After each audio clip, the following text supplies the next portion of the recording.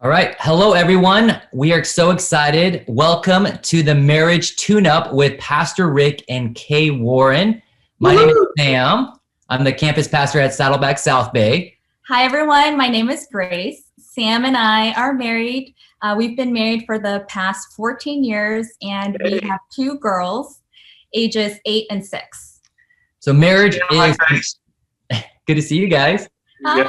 Thanks for doing this. Absolutely. We're so excited you're doing this. So You have your mom's boots ready. yeah. So marriage is an exciting and beautiful thing. It's also one of the hardest things to navigate through. So we're excited to have this time with Pastor Rick and Kay to learn from their experiences. So, and whether you are married or not, tonight you're going to learn something that will really help you in any of your relationships. And so to kick us off, Kay, do you mind starting us off with a word of prayer? Sure. God, thank you for bringing this crazy, wild man into my life about 48 years ago. And thank you for what you've done in us as individuals and a couple through our marriage. We pray that this time with Sam and Grace and anyone who's watching will actually be something that is useful and helpful and not just time to laugh or cry or learn, but it will actually be life-changing for some couples who are on the brink in ways that we have been on the brink in the past. There will be couples who will decide that they're going to start again, that it may be hard right now, but they're not going to give up. And so, Lord, I just pray this time will actually make a difference for many, many people who are watching. And we pray this in Jesus' name. Amen. Amen. Amen. Amen. All right. Before we get into some difficult and deep questions, we want to kick it off with a quick marriage quiz game. Oh, we like games. Yay. Okay. So this is the version of the newlywed game. So Sam and I are going to ask. We're going to flunk. Go ahead. No, there's no flunking. Sam and I will ask a series of questions to each of you, and then each of you at the same time will either raise your hand or point to the other person to who you think the question applies to the most. Oh, okay, got it. Sound good? Got it. All right. So we're going to start off with the first question. Who is the more romantic or sappy one? Ooh. Choose me. He's more romantic. I'm more sappy. Okay. That makes sense. Okay. Question number 2. Who talks more on a date between the two of you? Oh, learning new things. Here we go. Third question. Who tends to apologize first? Oh, my goodness. We both. Yeah, we both take do. turns on that one. Yeah. Oh, okay. That's a good one. Depending on the hour. Or depending on who recognizes they were wrong first. Wrong. Exactly. Oh, that's good. That's really good. That's really good. All right. Okay. Next question. Who is the better singer? Okay. Okay. Without it. I make a joyful noise. She was actually in a girls' chorale in college. Got on a scholarship. Oh, wow. And she plays the piano too. So yeah. He does. He does too. I play by note. He plays by ear. So Yeah. totally different. It's kind of hard to do it with my ear, but I do it. It's really big ears. Yeah, big No. ears. That's great. Keep going. All right. Next question. Who is more likely to cry in a sad movie? Okay. Yeah. Absolutely. All right. Okay. Who is more likely to forget an anniversary? Maybe. I don't think so. We don't forget this so much. Yeah, I think we both are pretty good at It's remembering. important to remember. So yeah, we don't forget. The reason I would say this because I have ADD, Yeah. so I do forget a lot of stuff. Yeah. But I don't forget. Like how many years we've been married? Yeah, I can't remember That's that. a constant I argument. can't remember that. But he would not ever forget Valentine's Day or my birthday No. or Mother's Day. So yeah, our anniversary. Anniversaries, no, I don't forget those. Yeah. Okay. Got it. There we go. What day it is? What day it is? Yeah, exactly. Yes. I worn this shirt for 3 days in a row. Yeah. That's- Love it.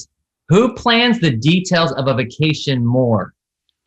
Oh, I think it's you. Yeah. Oh, he loves to get on the internet and search for this and for that and what's the best route do you? I think No, I do. We did one time. We did a vacation where I said, "Let's have no planning. We're just going to get in the car and head out." And it sounded really cool and adventurous and romantic, and the kids were going to be with us, but it was going to be. And after the 5th day of pulling into a town that there were no motels open, and we were sleeping in our car, we decided we're going to plan this now from now on, because the spontaneity of just show up and then that's where we'll stay. It wore off real quick. It did not look very good. The charm of that was gone. It sounds more romantic. Exactly. Yeah, totally. All right, next question. Who makes a better breakfast? Oh, We're both good at that. yeah, you make great breakfast, but I make good breakfast too. Oh, We both like to cook. It's something we like to do together, and I like to eat her cooking, and I like to eat my cooking. Love it. Nice. All right, next question. Who is more likely to go on an Amazon shopping spree because they're good deals? Oh, no. Always. Totally Double finger. I totally disagree with Who this. goes to Okay, Smart and let's- Final okay, and buys the Let's 10 just go down for and find how many boxes come from Amazon that say K Warren on it. Yeah, but instead I'm not of looking Rick for Warren. sales. No, you're not looking You for didn't sales. ask for quantity. Oh, you You just said she has sales. become an online shopper for several years. It's like she doesn't like to shop, so it's But listen to the question again. The question. the sale part. Yes. Yes, I can't resist the sale. Yes. Oh. He's the one that will go to Smart and Final. No, the Costco. Do we need the 10 gallons of pickles? Yeah, but Really? you will buy stuff at Smart and Final, and you bring it in and you jump it on the counter. I'm like, we didn't need 10 boxes of that. It was 10 items for $10. And Hey, yes. Who washes out? Hey, last night we It's had you. steak, It's you. New York cut steak, which was normally $15 a pound, and it was on sale for $4.99 a pound. Oh, wow. So that's like $10 off. That's is really a good. savings. I'm just telling you, the bargain hunter is Rick. Undoubtedly. That is so funny. Yes. You guys seem to work together really well with your sales, Mhm. with your shopping. Most of the time. Yeah. All right. So here is our last question. This was something that was very popular this past year. So who most often replaces the toilet paper roll? That's fighting words. Well, we both do it Yeah. because we've had so many arguments Over about it, it. exactly. We finally came to the place of, I know this sounds silly, but it became a spiritual exercise to make sure that we served each other well Yeah. by replacing the toilet paper if we were the one that it happened to run out in our stay in the bathroom. And I will admit, in my more immature days, early on in marriage, that I wanted her to know that I ended up replacing it all the time. And so I would toss the little thing down on the floor.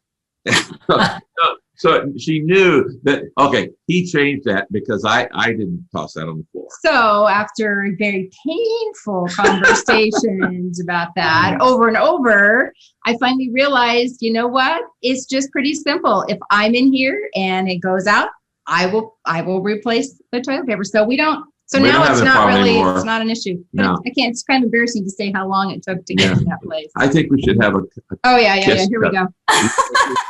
Kay bought these for Valentine's Day this year. Oh, they are so adorable. Very cute. So when we make a really good point, we're just gonna like let Kiss. the mugs Exactly. kiss. Yes. Oh, yes. It's a mug kiss worthy point Yes. about the toilet. We could just end right now. The words of wisdom. That was a is right there. mug shot. If somebody walks away going, it's very mature of me if I change the toilet roll, Right. then we've done our We've done our job. duty. We've done We Exactly. write a book on that now, and we're All good. you need to That's know right. about marriage right there. Change the That toilet. would be a great title of a book. That would be, Who changes the toilet paper True.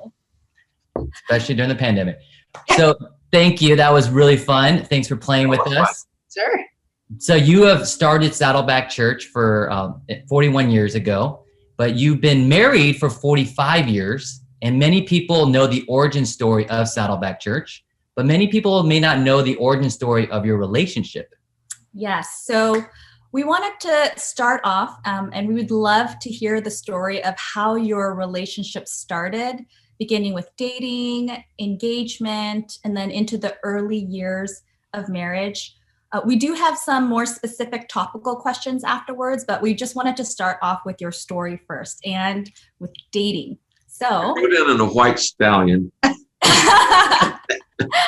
how did you guys meet? What were your first impressions of each other? And how did you actually end up dating? We went to the same college, the same small liberal arts Christian college here in Southern California. And we were both freshmen. And because it was so small, you got to know everybody really fast. And so we knew each other slightly. We were friends. Yeah. And then from there, I was dating somebody who didn't feel about me the way I felt about him. He had this moment. You asked about why doesn't Rick date someone? Oh, yeah. I was trying not to tell every single detail part of it. I asked because it could take hours. We have all these details we'd like to tell. I was leading these weekend revival teams where we'd go out to different churches and I would preach.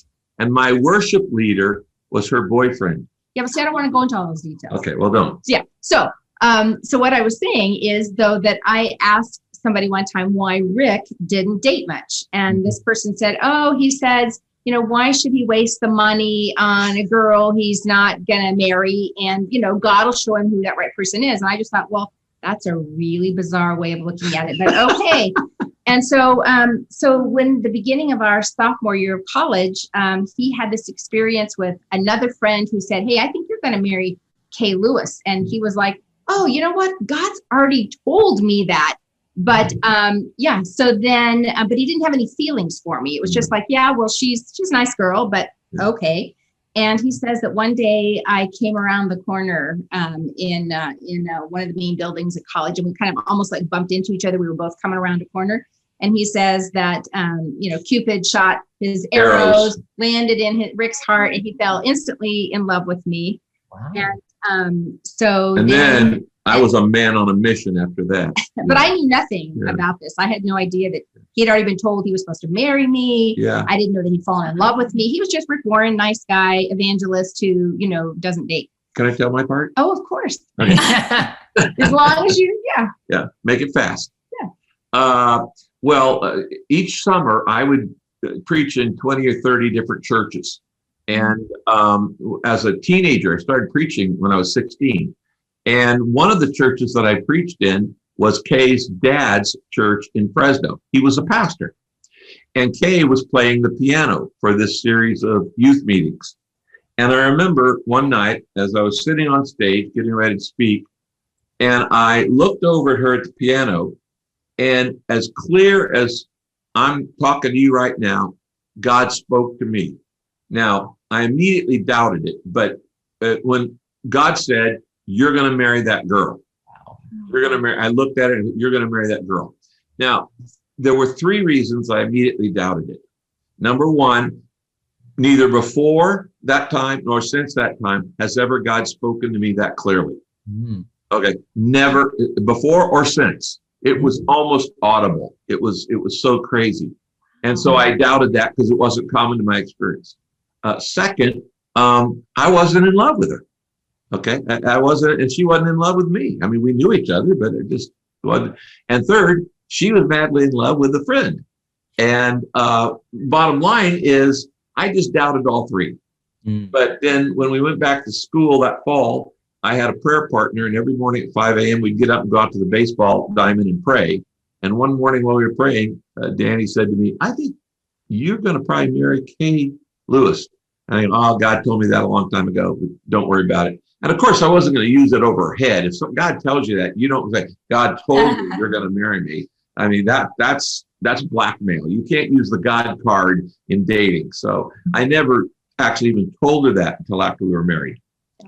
So he asked me out one night soon after that, and we went out to Farrell's ice cream parlor. And 8 days later, he had gone with me to a church meeting where I was playing the piano, and he just came with me. And at the end of that, we were back at college and in this little prayer area. And he said, we'd pray together because that's what spiritual, people do 19-year-olds do on their date. And in the dark, in the quiet, he just said, will you marry me? And I said, what? Excuse me? What? And he said, I love you. Never mind. Will you marry me?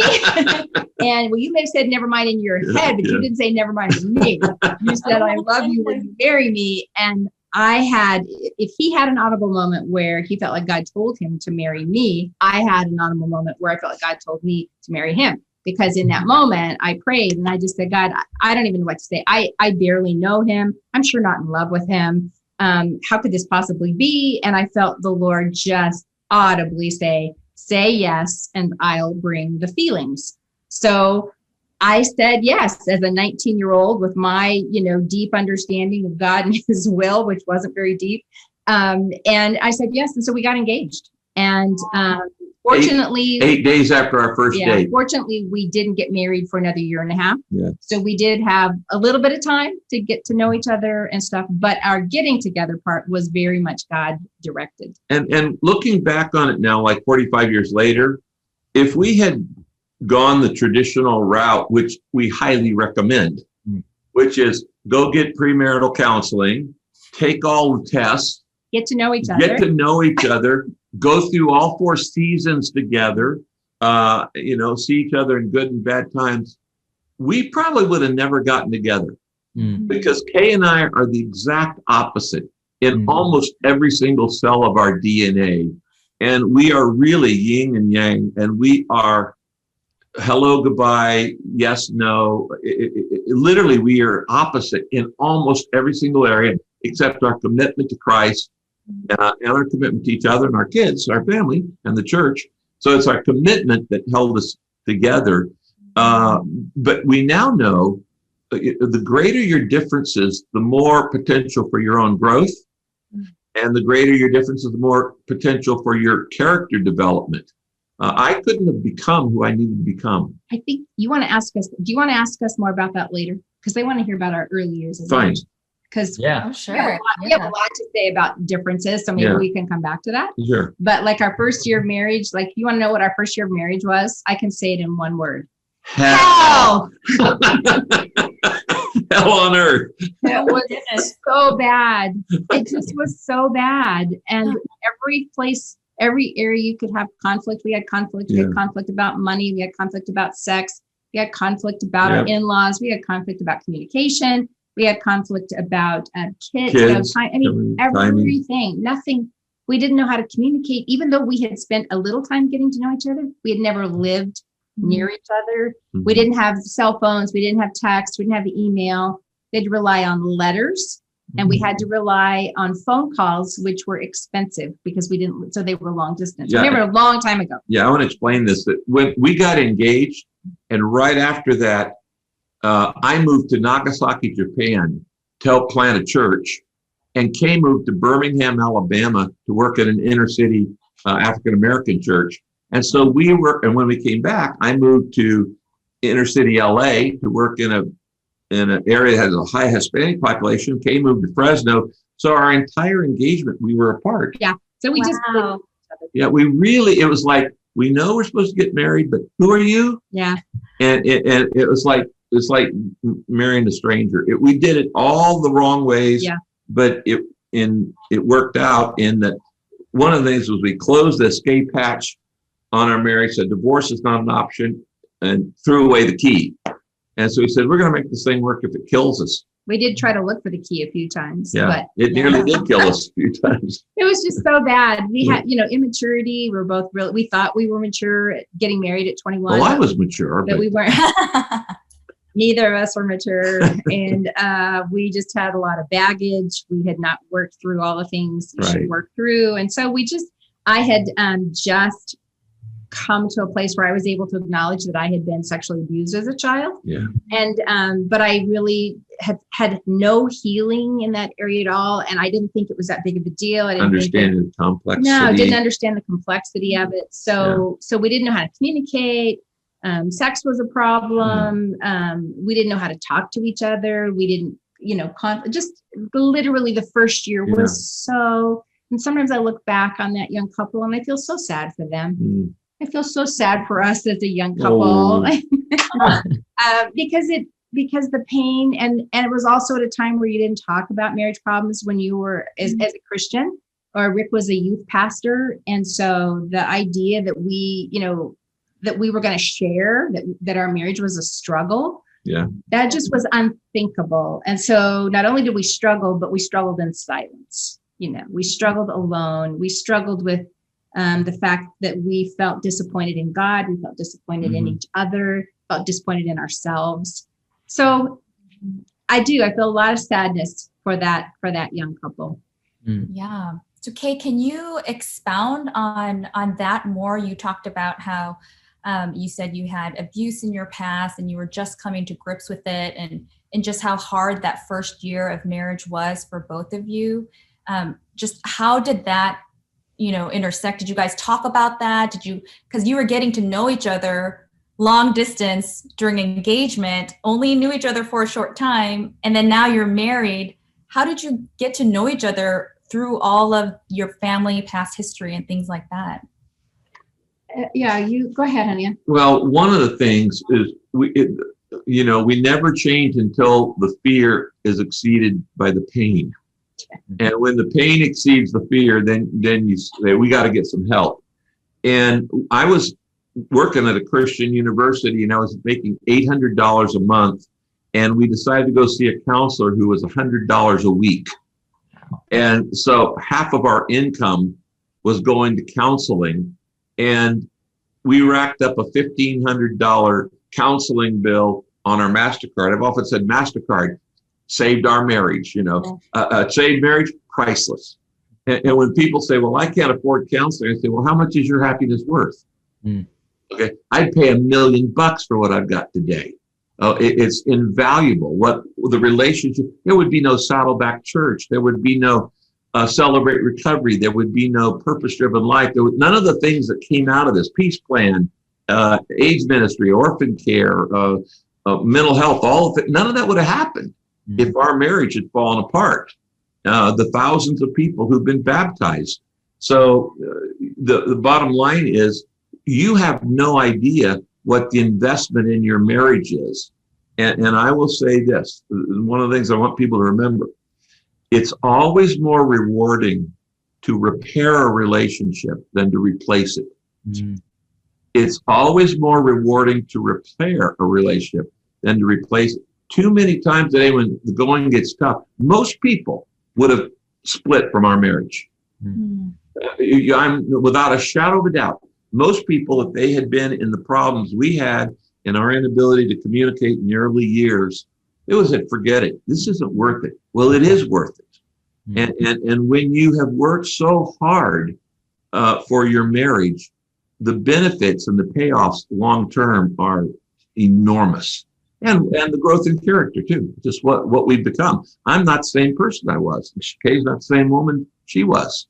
Of course, we couldn't see any of that. No. At that moment, as we would sit on our couch of, different rooms in our little 1-bedroom apartment as newlyweds, we couldn't see, of course, what we see now. All we could see then was, I don't know how to talk to you. I don't know who you are. I don't know what I've done. I can't believe I saved myself for this. Right.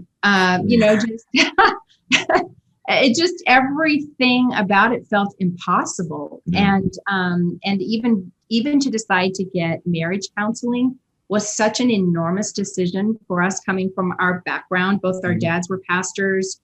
And at the time in the 70s, as I said, counseling, any kind of counseling was for crazy people. It wasn't for, it wasn't for good Christian couples. And so there were so many almost insurmountable barriers to get over, to get to the place where we went to counseling. And then when we did, it was painful. It wasn't like we went to counseling and instantly things got better. It was hard work. No, it's hard work. Hard work to go through that process. And we went for a long time, and we've gone many different times throughout trials. Our 41 years. Partly because our differences, partly because we have had a lot of life events that have been difficult to live through and work through.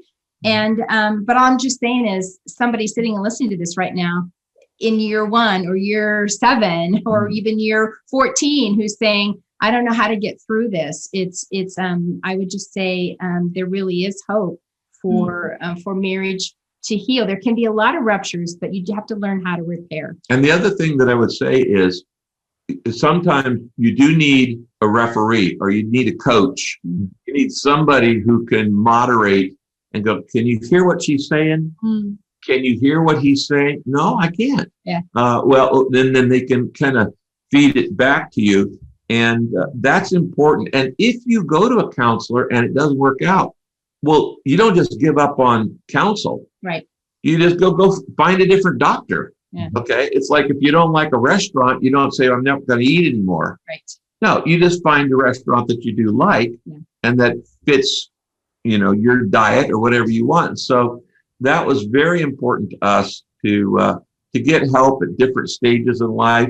We're meant to get better with other people in our lives. Yeah, that's really good. I really appreciate you sharing that because we relate to that too. We're both PKs. Our engagement time, we were separate in different parts of the country. Oh, yeah. We had a lot of emotional issues that we had to deal with. And so I appreciate you just being honest with that because there's one thing you said, Pastor Rick, that was just like very enlightening. You said that when God told you that you're going to marry Kay, that's like the loudest and most clearest you've heard it before any of your since. And you said the same thing, Kay. And I think it's only because of God's direction and your obedience to God that you guys were able to go through that difficult times. And that's I think a lot of people are missing that too. Well, and a good point, Sam, that you just made is that if God, you're supposed to be with your spouse, that doesn't mean you're going to have no problems.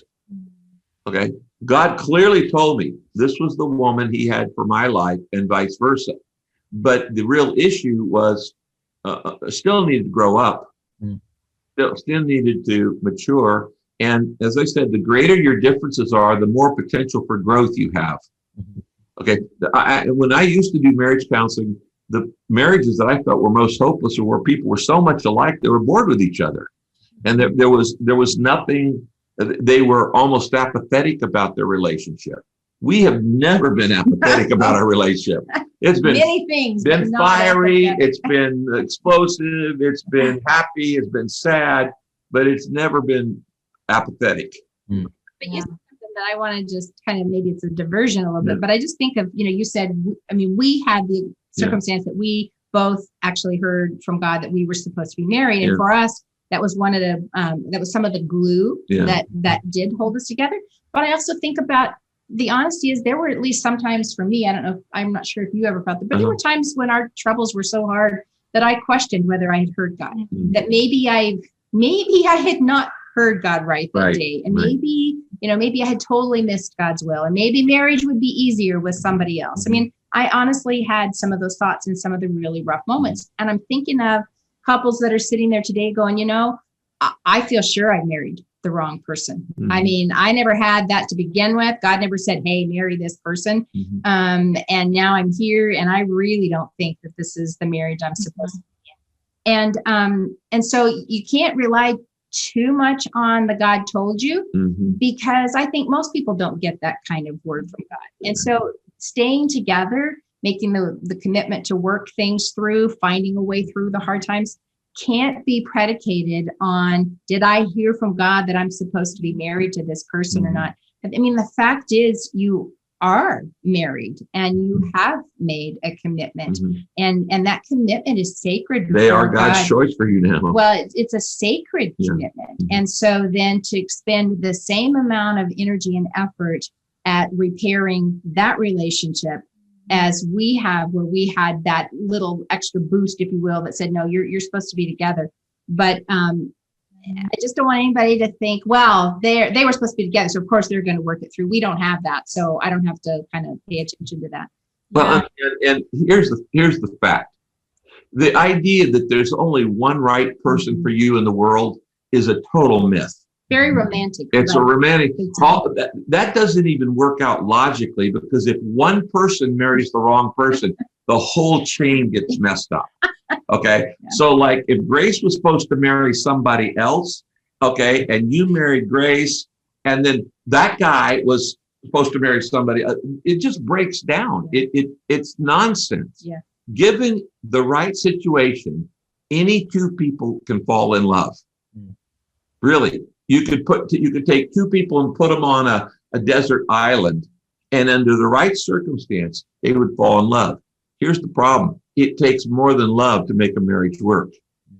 It takes commitment. It takes character. It takes being willing to grow, willing to change.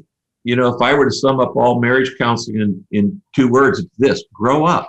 Okay. Marriage is a lifelong school in learning to be unselfish. Wow. And you know what? It's a lesson I haven't learned yet. Okay. I'm still having to learn it 45 and a half years later. You pause. I did pause. Got it. 45 and a half years later, I'm still having to learn. And parenting is a school in learning to be unselfish. Both marriage and parenting teach us that you can't just think of yourself. That's why so many people, they want to just be selfish. The bottom line, every problem will come down to this: I want what I want, you want what you want, and so we're going to have problems with, you know, unresolved issues and expectations and all kinds of stuff like that. But if you say no, given the right situation, we could work on anything. We'll be better. Yeah. We'll be better. You will make me a better person.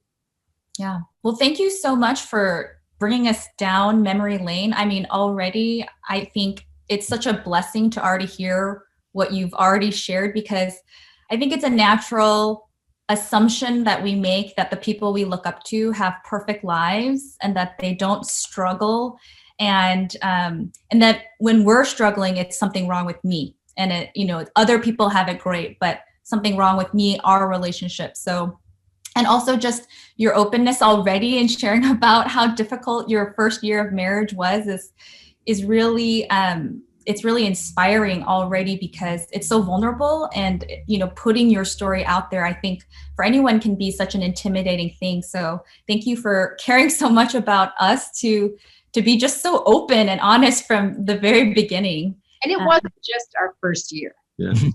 I just would like to make that clear. It wasn't just our first year that was awful. That one was hell. It got better from there. We went to purgatory after that. Yeah, we lived a long time in purgatory. Well, I remember one time in early marriage, it was in our first year, but it was, I got so depressed, I ended up in the hospital. I had to check into the hospital, and I didn't, because I didn't know how to talk about my feelings. And I just didn't know how to do it. And I remember a psychiatrist came into my bed, Hospital room.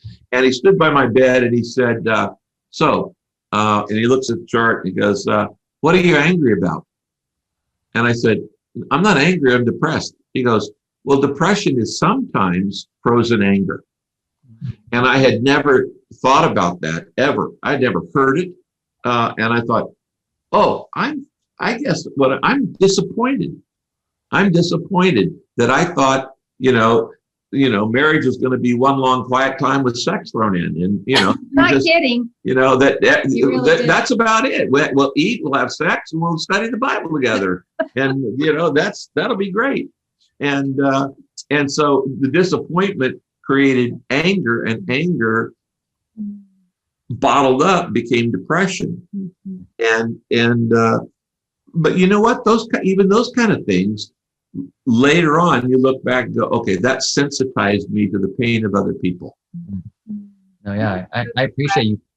Sorry, Sam, go ahead. Yeah, I appreciate you sharing that, because a lot of, you both have helped bring mental health and mental health awareness just to everyone, just because even leaders and pastors struggle with this, and we've definitely had our own issues and different things. So I appreciate your vulnerability. We're going to continue and just talks on some more topics like communication, conflict resolution, external stressors, and intimacy. And some of the things you guys have touched on in your story, but feel free to elaborate. So the first topic we're going to talk about is communication. So communication is one of on that, right? You got the down. Today, not an hour ago, we were going, I don't get you at all. You are a I'm- mystery Yeah. to me. Well, then this, We say that it takes three things for a successful marriage: history, mystery, and chemistry. Yeah. Oh, that's I good. experienced the mystery, Yeah, today. you know. that's great. I love that. So here's the question. Communication is one of the biggest challenges that couples face. We know that communication is not just about hearing or talking, but it's impacted by our personalities, past family culture, mismatched expectations, and communication styles. What have you both learned that has helped you communicate better over the years, and what has worked and what hasn't worked? Well, Go ahead. yeah, he's not exaggerating when he says we're very different. It's just, I can't even tell you how different we are. The way we look at the world. The way that we look at the world, the way that, I'm just the way our desks or our personal space, to how we put food in the refrigerator, to name it. And we tend to see things differently. And so that has been the opportunity for lots and lots of conflict. And also, I think that we're both very strong-willed. We're both very stubborn. He's much more extroverted than I am. I tend to be more introverted, but that doesn't mean that I don't have a strong opinion. And I'm very stubborn, and he's very stubborn. I think it's funny, we have very different weaknesses, and we have some, unfortunately, that are alike. And so those weaknesses kind of cause us to butt heads. But one of the things, so we've gone and done a lot of reading books, marriage counseling, conversations with each other, trying to like understand each other. But the thing that's probably made the biggest difference, and it's just happened in the last 2 years, out of these 45 years, something that has made one of the biggest differences for us in communication is learning about the Enneagram. And the Enneagram, for anybody who doesn't know what that is, it's just one of a multitude of fields of Personality studies. Yeah, like different persons. It's a way of classifying and categorizing personalities. And so in that, we learned that I am a 1. And if you know anything about Enneagrams, Enneagram numbers, that is the fixer, the reformer, the perfectionist, the person who wants, I have never met a single person, place, or thing that couldn't be improved, ever, including myself. Yeah. And Rick is on the Enneagram numbers. He's I don't say your number for you. 7. No. 10. There's a 10. 3 is what you in the last. Well, there you go. Yeah, there you go. But in the last time we talked about it, Rick was thinking that he was a 3. Three. I've done more reading on it than he has. But a 3 is somebody who is very different than a 1. And that may sound so trite and it may sound so silly, but I'm telling you, this understanding that we are different. And so that means that every conversation, he's looking at it through a different set of eyes than I am. He's responding to it differently.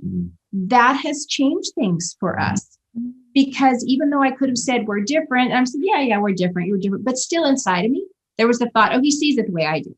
As we're sitting here, even now today, having this conversation, if I'm not careful, I can think he's feeling the same things I'm feeling. He's looking at it through the same, he's judging it the same way I am. But to recognize that he truly doesn't. And so therefore, when we come to a conversation, it is allowed for both of us to say to the other things like, well, the way I saw this situation was I was seeing this, and this, and I was feeling this. Is that what you were feeling? And generally, if I said that to him, he would say, no, Not at all. that's not what I was. And I'm like, really? And just that acknowledgement that we are different, which means then that he's going to interpret and have different feelings about every encounter that we have or thing that happens, has allowed us to talk and understand each other in ways that my kids said a couple years ago, hey, one of the best things that's happened to you guys is talking about the Enneagram, because suddenly you have an ease between you about your differences. Well, and differences are not demonic. Differences are just different. In other words, what I mean by that is Yes, tell me. differences doesn't mean right and wrong. Okay. Not everything is different is wrong. It's just different. And it's like a multi-faceted diamond. There's a different angle to it. If you put 4 witnesses on 4 corners and they see an accident, you're going to get 4 stories.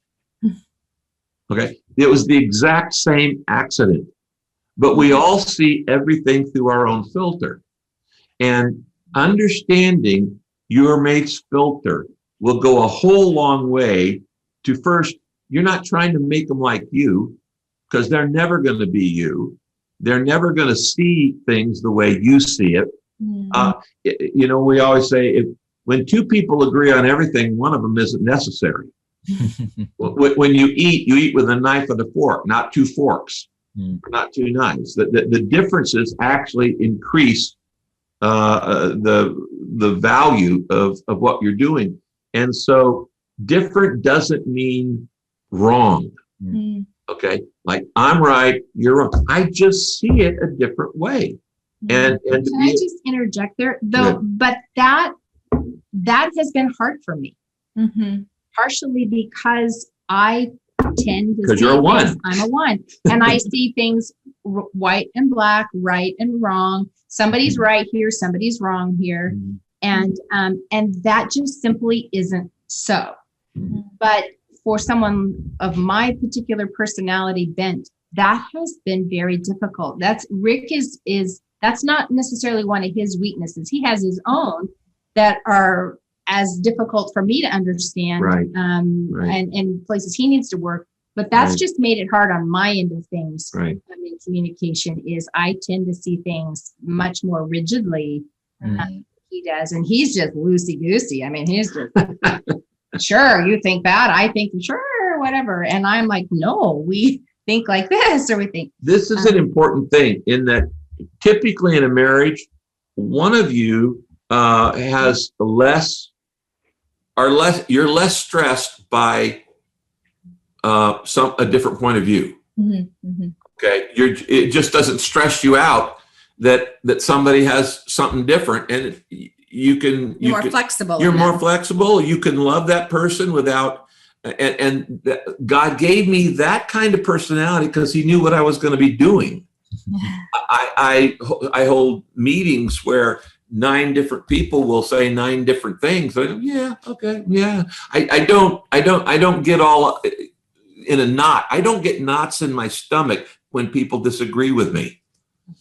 It just doesn't bother me.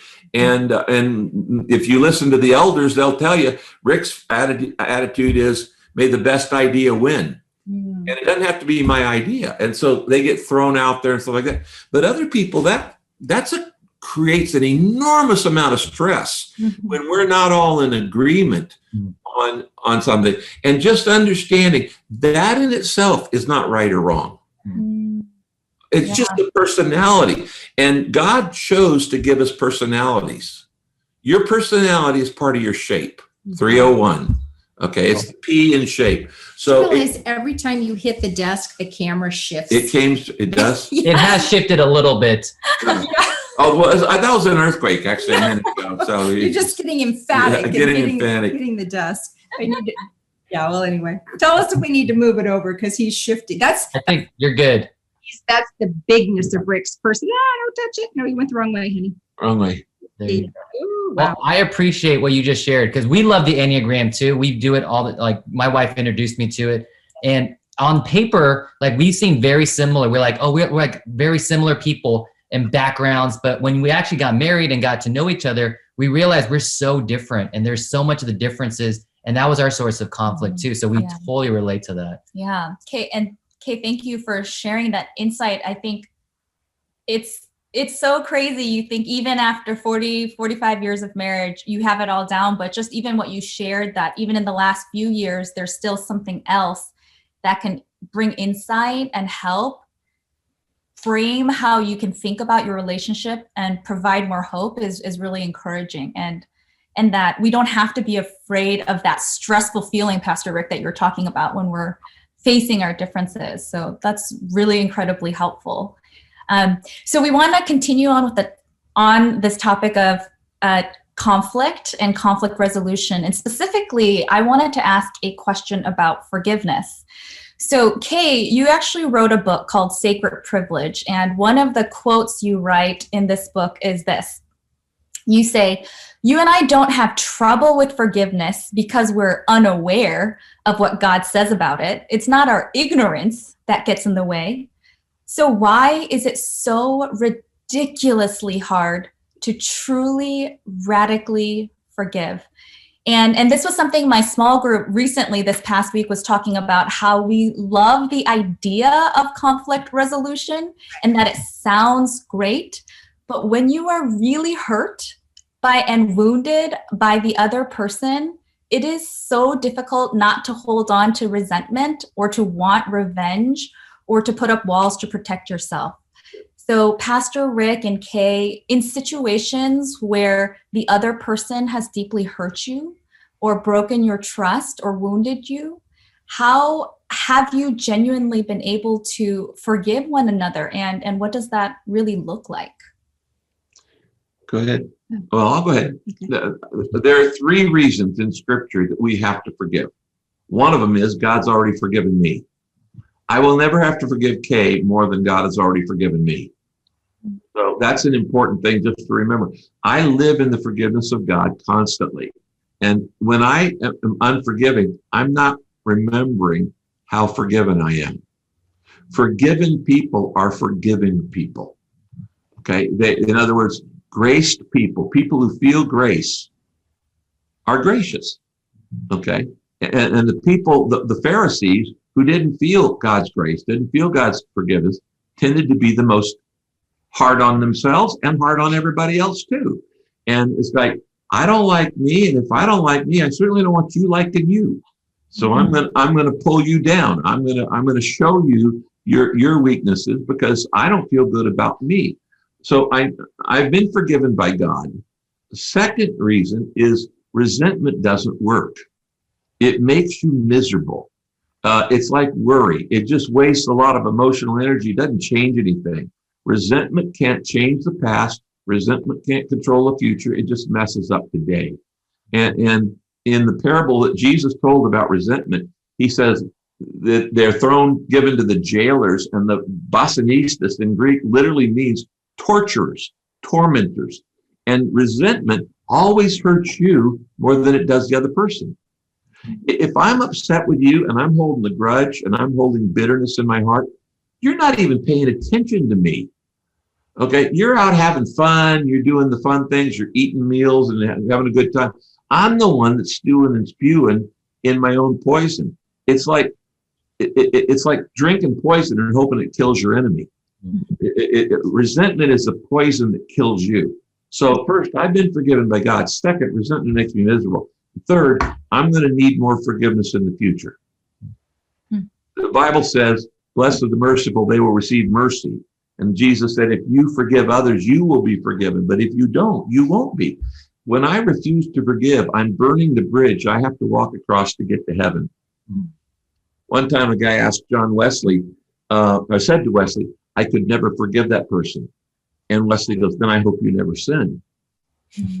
Because you're burning the bridge you have to walk across to get to heaven. So those are three biblical reasons on why we have to. Past, present, and future. All three of them. Resentment is the most worthless and damaging emotion. That reminds me of a few years ago, probably 10 years ago now, I was at a women's retreat, and as part of one of the closing activities, we were invited to go. We were supposed to write the name of somebody that we needed to forgive, a piece of paper, and we were going to go take it outside, nail it to a cross, and indicating that we were forgiving them. And so I was sitting, kind of on the front row, music's playing, women are getting up, going out, doing their thing, coming back. And I just sat there because pretty soon, first of all, I was thinking there's nobody I need to forgive. And so I was just kind of sitting there. And then the Lord brought to mind somebody that I really did need to forgive. And I'm like, no way. No, I'm not forgiving her. What she did was too terrible. I'm not forgiving her.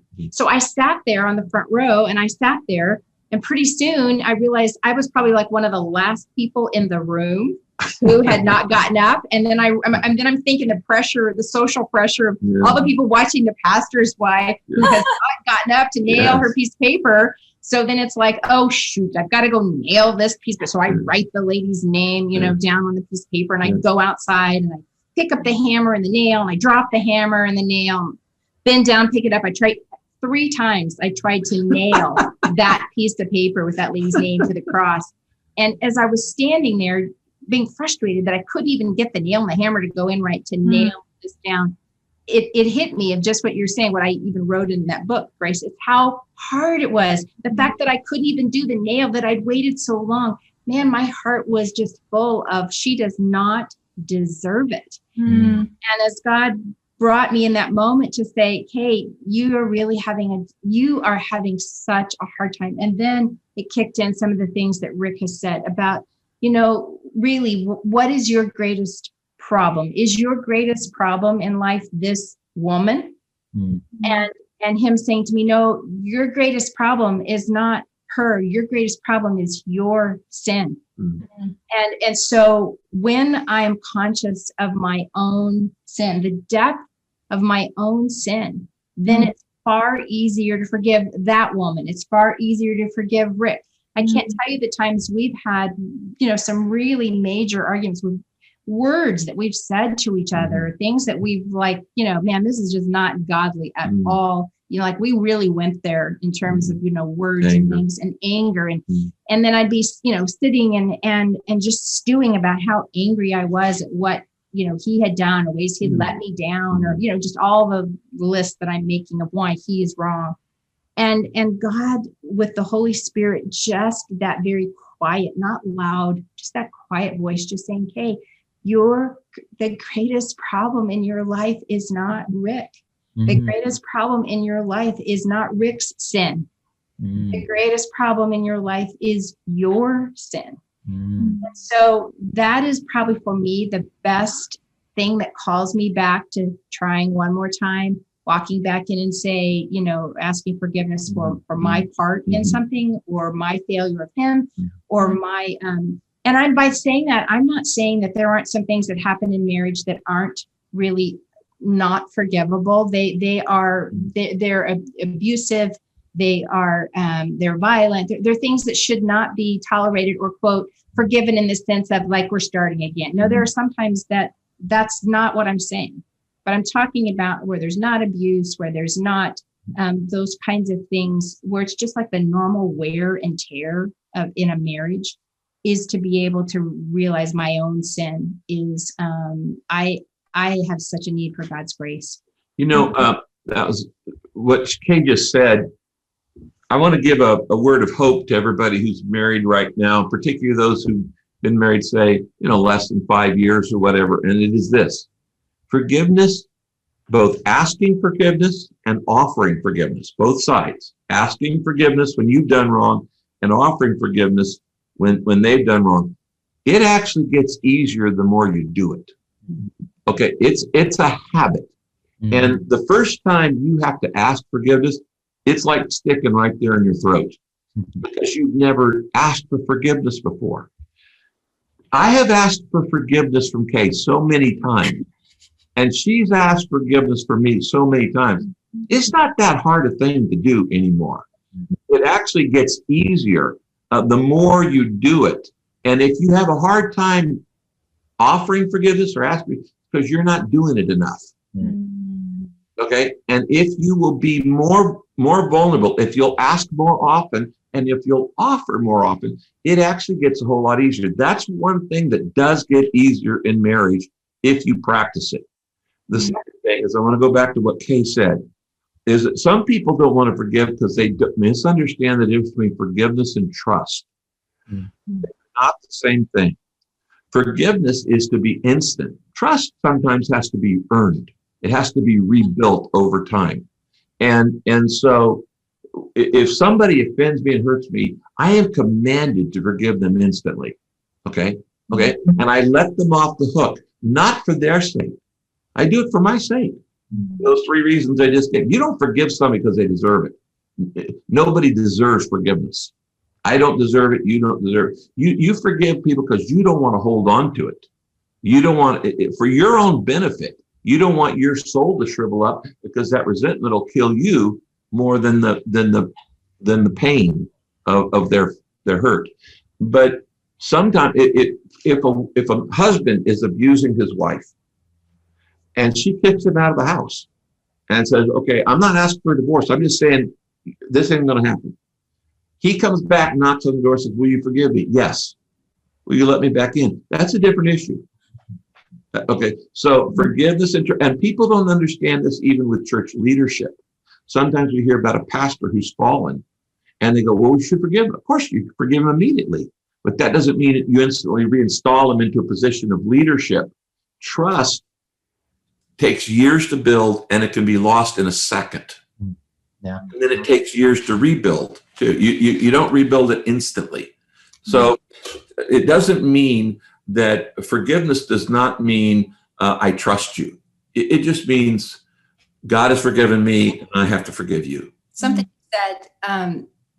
you said earlier about practicing forgiveness made me think of, like I think family of origin gets all into this about conflict and forgiveness, how conflict was modeled in your family, what was the style of conflict resolution, if there even was conflict resolution. So you can come into marriage not skilled, at all, or actually skilled in the wrong ways. You grew up learning the wrong ways to repair conflict or the wrong ways to even have conflict. Right. And so there's some unlearning, that has to happen. So there has to be unlearning, learning new habits. And then as Rick says, over time, practicing those new habits and those new skills that may take a while before it actually starts to feel natural, because what was natural was actually what you saw and participated in and grew up with in your own home.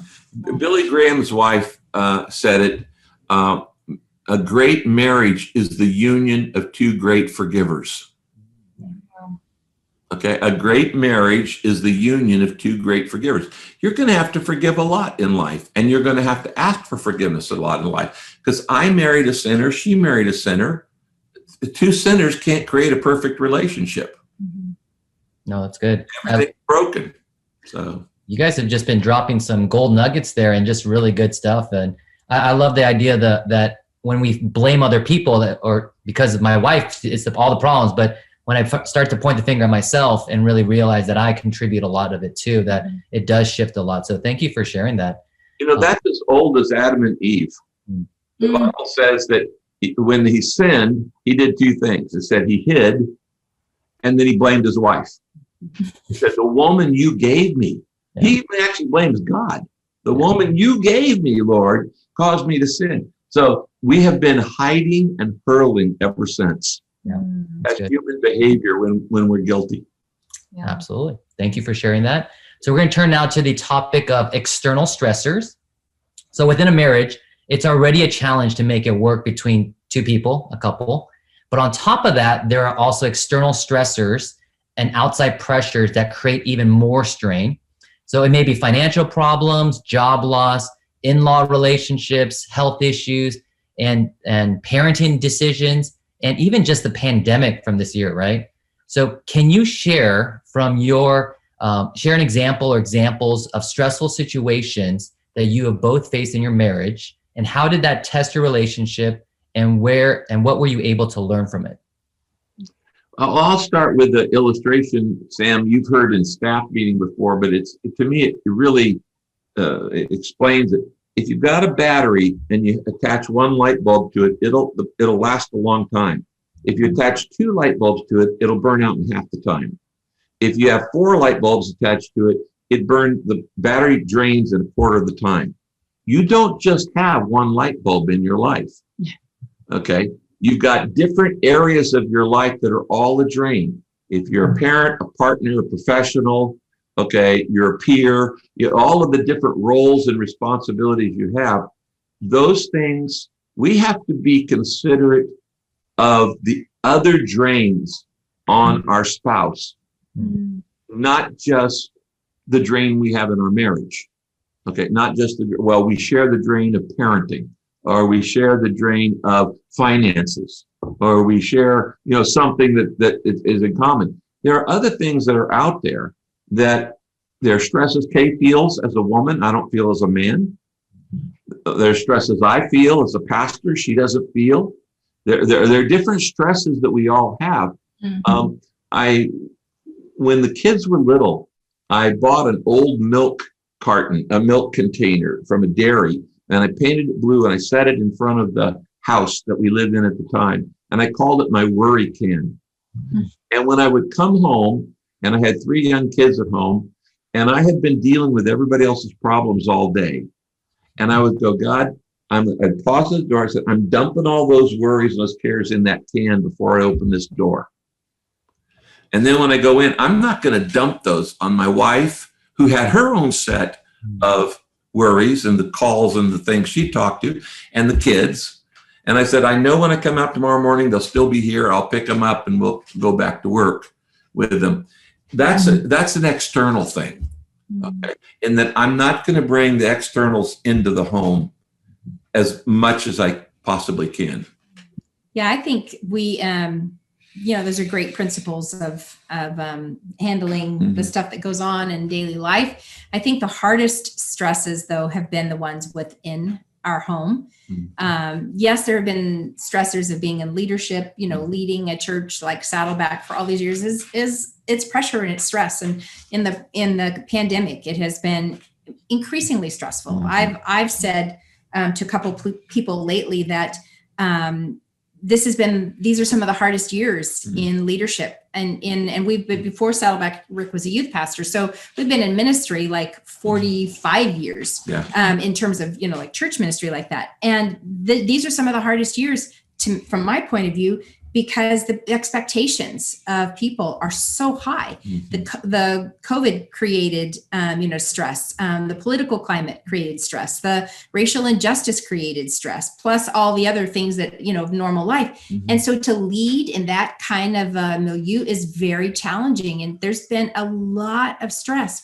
But even so, that has not been as hard to me as the stress of going through cancer and the stress of facing, the sexual abuse that I had as a child, and all the remaking and the healing that God had to do, and then living with our son, serious mental illness. 20 years of serious mental illness, and then his death by suicide. So those stresses, any one of those could have,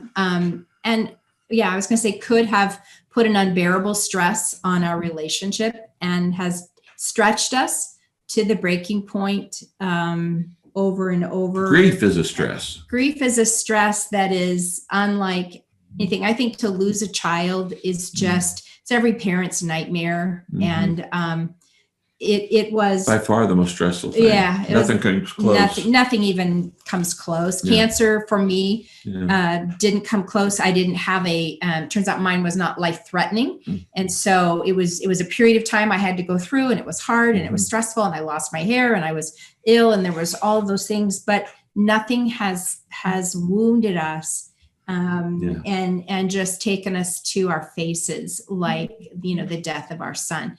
And there's no doubt about it. That kind of grief, catastrophic grief, loss, exposes the fracture lines in a marriage, exposes the weak places in the relationship, maybe some of the problems that you've had that kind of sit on the back burner, of your marriage. They kind of stew on the back burner, and every once in a while they come to the front burner.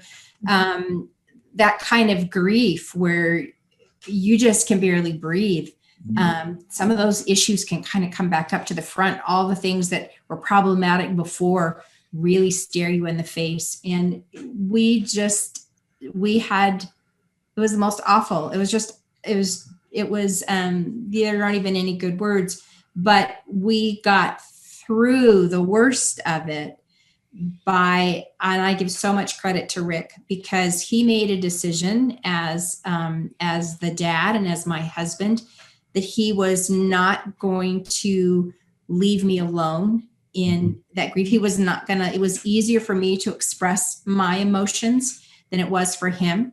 And his default, because of just the way he's wired, his default would have been to carry that sorrow more internally. But we had read all these statistics of couples whose marriages really fall apart and end even after the death of a child. And he just was determined that he was going to do his part to make sure that didn't happen to us.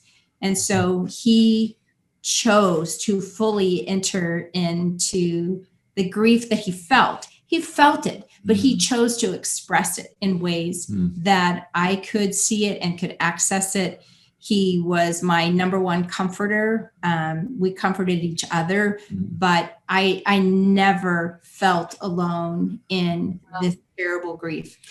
And that was strictly because of the decision that Rick made to let himself be vulnerable with me, to let himself feel and express it and mourn overtly. And because of that, we are closer than we've ever been. I used to worry, I'll just say this and then let you talk. When Matthew's illness was so serious before he died, I used to wonder that, because we had a lot of conflict about how to handle Matthew's illness. He would have this idea. We couldn't figure it out. And so we had our own ideas and, well, maybe we should have tried this. Well, maybe you shouldn't have done that. Well, maybe, so I had my worry that if he ever did die, that maybe it really would, not that we would divorce, but that all the intimacy and closeness would be gone forever. And actually, because of Rick's commitment to me to really fully show me himself and enter that with me, we are stronger, in our marriage. Closer than we've ever been. The big lesson that I would share with everybody on this, whether it's grief or stress, is that there's a huge, huge difference between comforting your spouse and trying to cheer them up. Big, big difference. Comfort means to share the pain, to take the load, to feel what they're feeling. It is natural, particularly for men, when you see your wife crying, you want to cheer her up. And a lot of times, if you say something, well, it's not that bad. It is bad. Don't say it's not that bad. At that point, it is bad, but that's why she's crying. Okay? And don't minimize. Sometimes we're so afraid of negative emotion. We're so afraid of sorrow.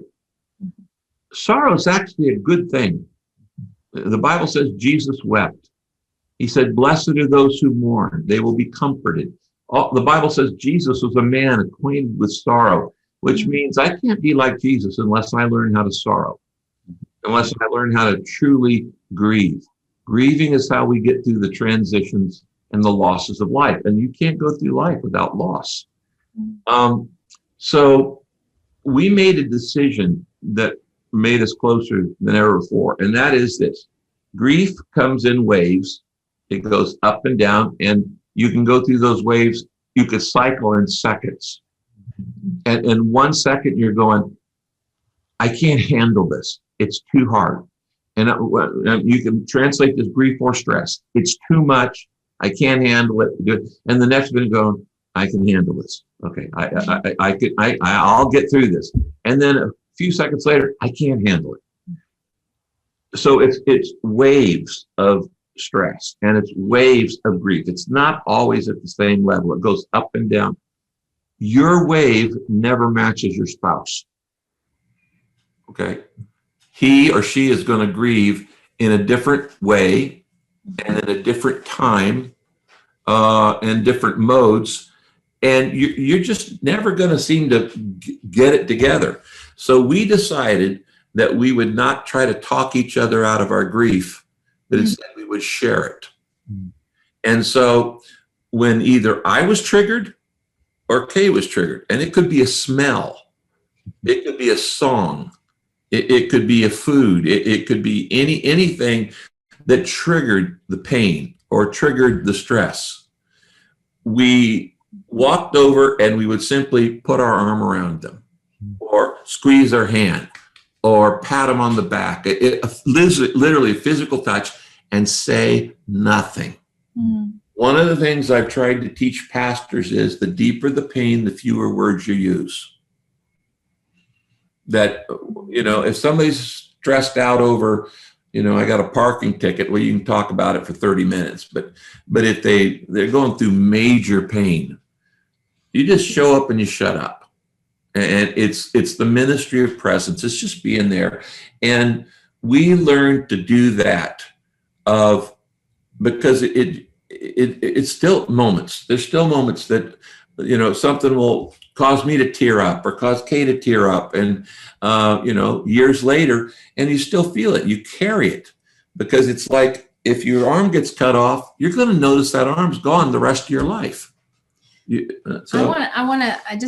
selling yourself a little bit short here, because there's advice that you give to pastors about, like with parishioners and stuff, to show up and shut up, or you don't talk. But I maybe you don't remember this, but Rick wasn't just silent. Yes, there was a lot of where he would just walk up and put his arm around me if I would, or hug me, or, whatever. I'm talking about the moments.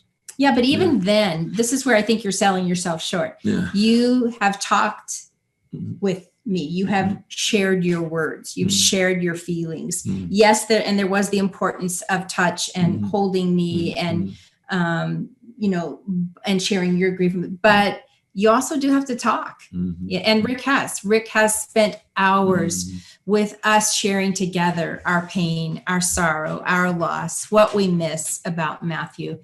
And that's invaluable.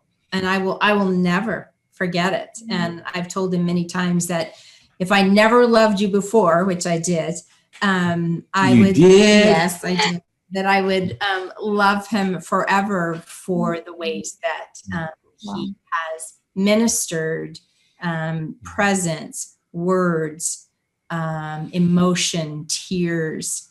I've not been alone in that. We have shared all of that together, and it is the sweetest gifts he's ever given me. Rick likes to give gifts. I do. I like to fire stuff. But those have been the sweetest gifts. Thank you. First of all, for just sharing on a topic that is so deep and painful, the loss of a child. I mean, just the depth of grief that's there, we can't even imagine. And just really thank you for opening up your hearts and just sharing this part of your story with us. And I feel very emotional and moved, because I feel what you both have just described in terms of Kay describing how Rick was willing to just be vulnerable with you in the pain and in his own pain as well. I just felt like that is such a perfect picture of the gospel and what Jesus does, and his willingness to come down and be with us in our brokenness. And just that illustration you guys are painting for us in a tangible way of God's own love and the depth of his passion for us, that whether it's a touch or crying with us, I mean, it's very powerful and very moving. So thank you for sharing that. Thank you, Grace. Will you preach the sermon this weekend? I need you to just get up and tell that to everyone. You're in the preaching rotation this week. No. So we do have one last question, one bigger question, and it's on the topic of connection and intimacy. So these days, we seem like we're all so busy. We live together, but really often live separate lives. Sometimes my friends and I joke that our spouses are just our roommates.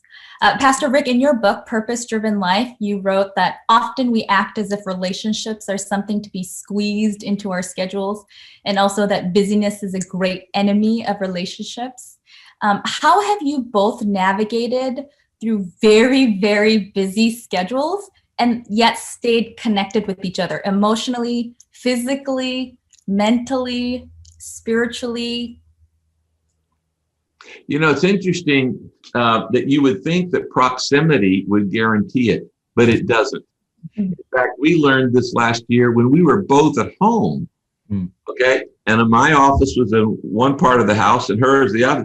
We could go, if we don't intentionally get up and relate, get up and react, get up and interact and talk, that you could be in the same house literally all day. And you would think proximity, oh, hey, well, we're both working at home. We're going to be really close. Not so. Not so. It's all a matter of intention. It's all a matter of purpose driven. And like Kay just said, you know, yesterday she was saying, you know, we haven't seen each other for a few days really, and we've been in the same house. And so we blocked out Wednesday afternoon and evening after staff meeting. We just said, we got to put it in the schedule. Literally. So Wednesday, as soon as staff will be short this week, because I get to have a date with Kay. So, but it's intentionally date your mate. Okay. You know, if there was more courting in marriages, there would be fewer marriages in court. Preachers. That's an old line from the 70s. That so many times. Yes. But it's so true. many times. But even in porn, there's nutrition. So yeah, very little though. I love the way you said that. Yeah, we've always tried to be intentional. You know, even before COVID and stuff, Rick has taken a day off and we've had the luxury. I realize not everybody necessarily has that luxury. We have had the luxury to be able to set that as a schedule so that he always, you know, has had a day off during the week. And that was our family time. You know, family night.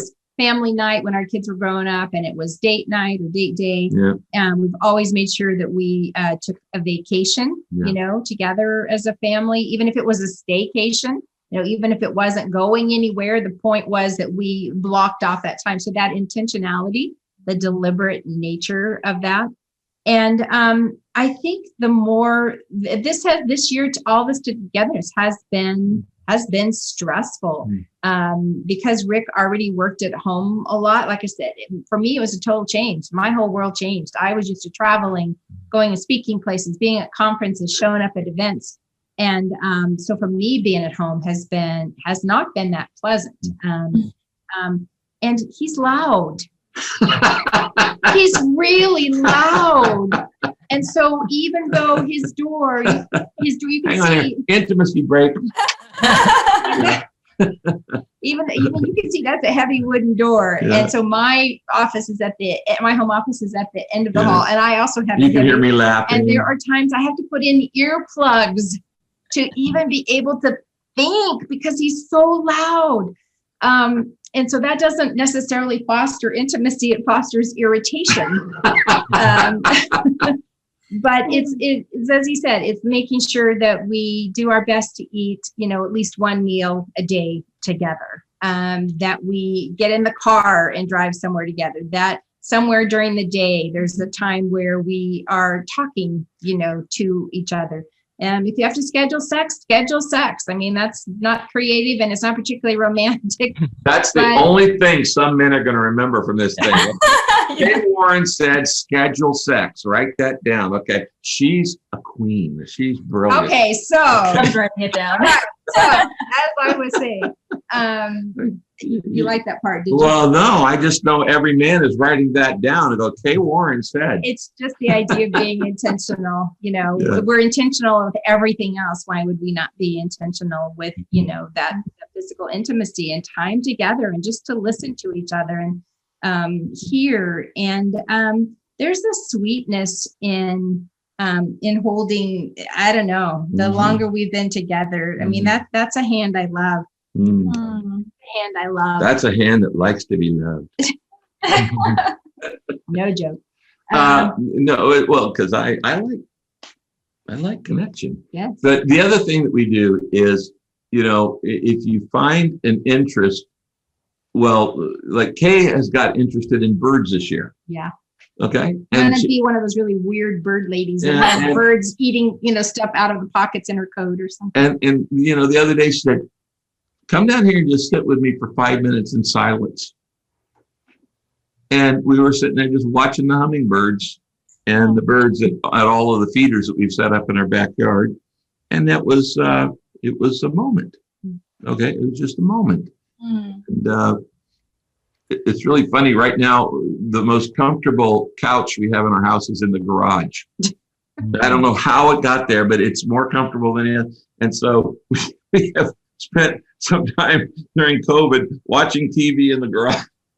On the most comfortable couch, exactly. That's awesome. It's like really old people falling asleep outside in the garage and wake up and go, it's like 2:00 in the morning. We got to go to bed. Go to bed.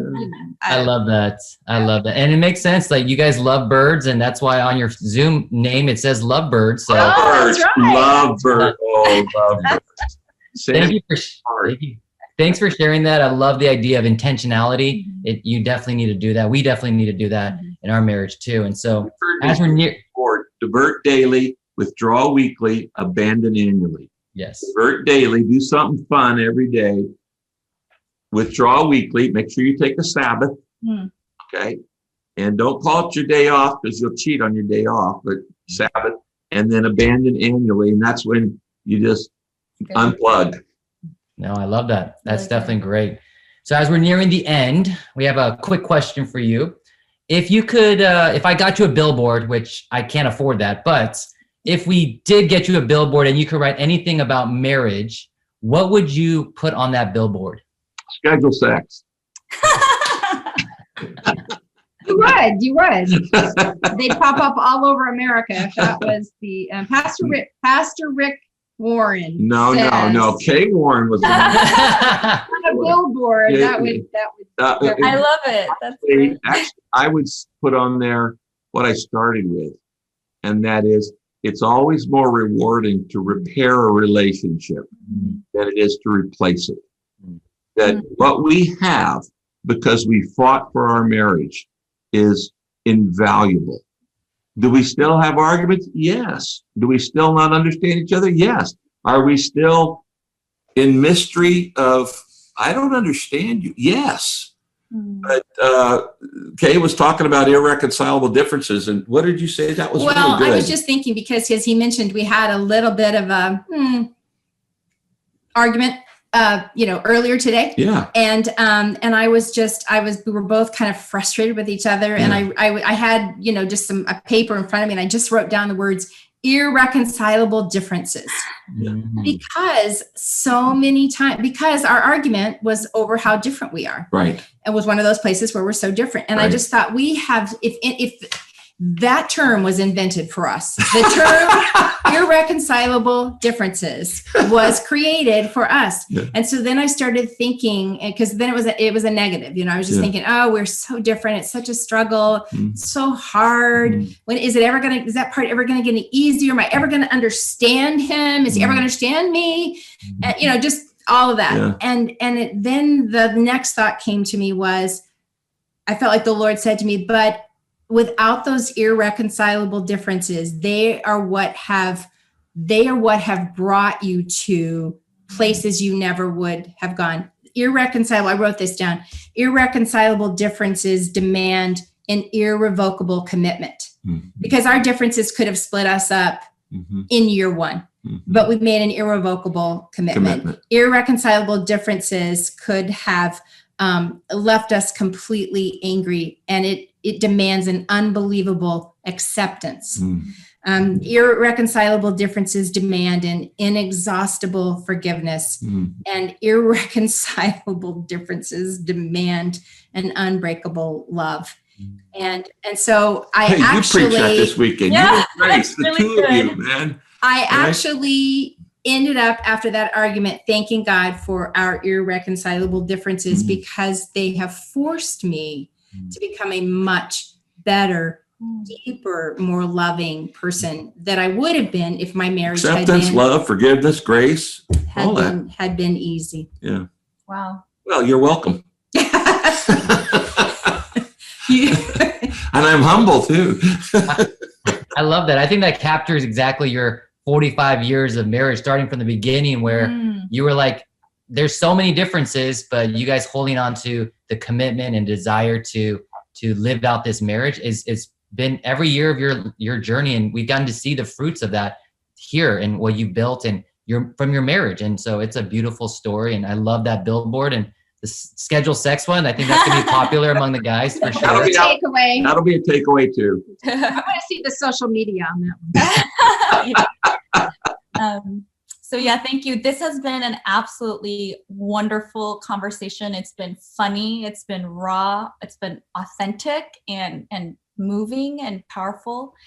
We wanted to close with another quote from Kay's book, Sacred Privilege. It's a really great book if anyone wants to get it. Yeah. So Kay, you wrote this in this book. You write, people have asked over the years, what do you think is the secret of Saddleback?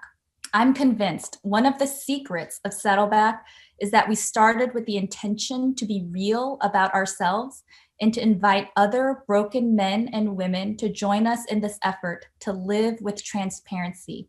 We wanted this to be a place where anyone could say, I'm broken, I'm messed up, I have hurts, habits, and hangups. And you also write, God has wired us as relational beings who are meant to live open and authentic lives, walking in the light of fellowship with God and a shared life of love with one another. Pastor Rick and Kay, thank you so much for not just talking the talk, but really walking the walk and opening up yourselves in such a vulnerable way that really inspires us, moves us, and makes us better and helps us grow and give us hope in our marriage and in our relationship. Well, thank you, Sam and Grace. We love you guys so much. And I want to say to, okay, yeah, here we go. Well, At the end, okay. Well, I want to say this.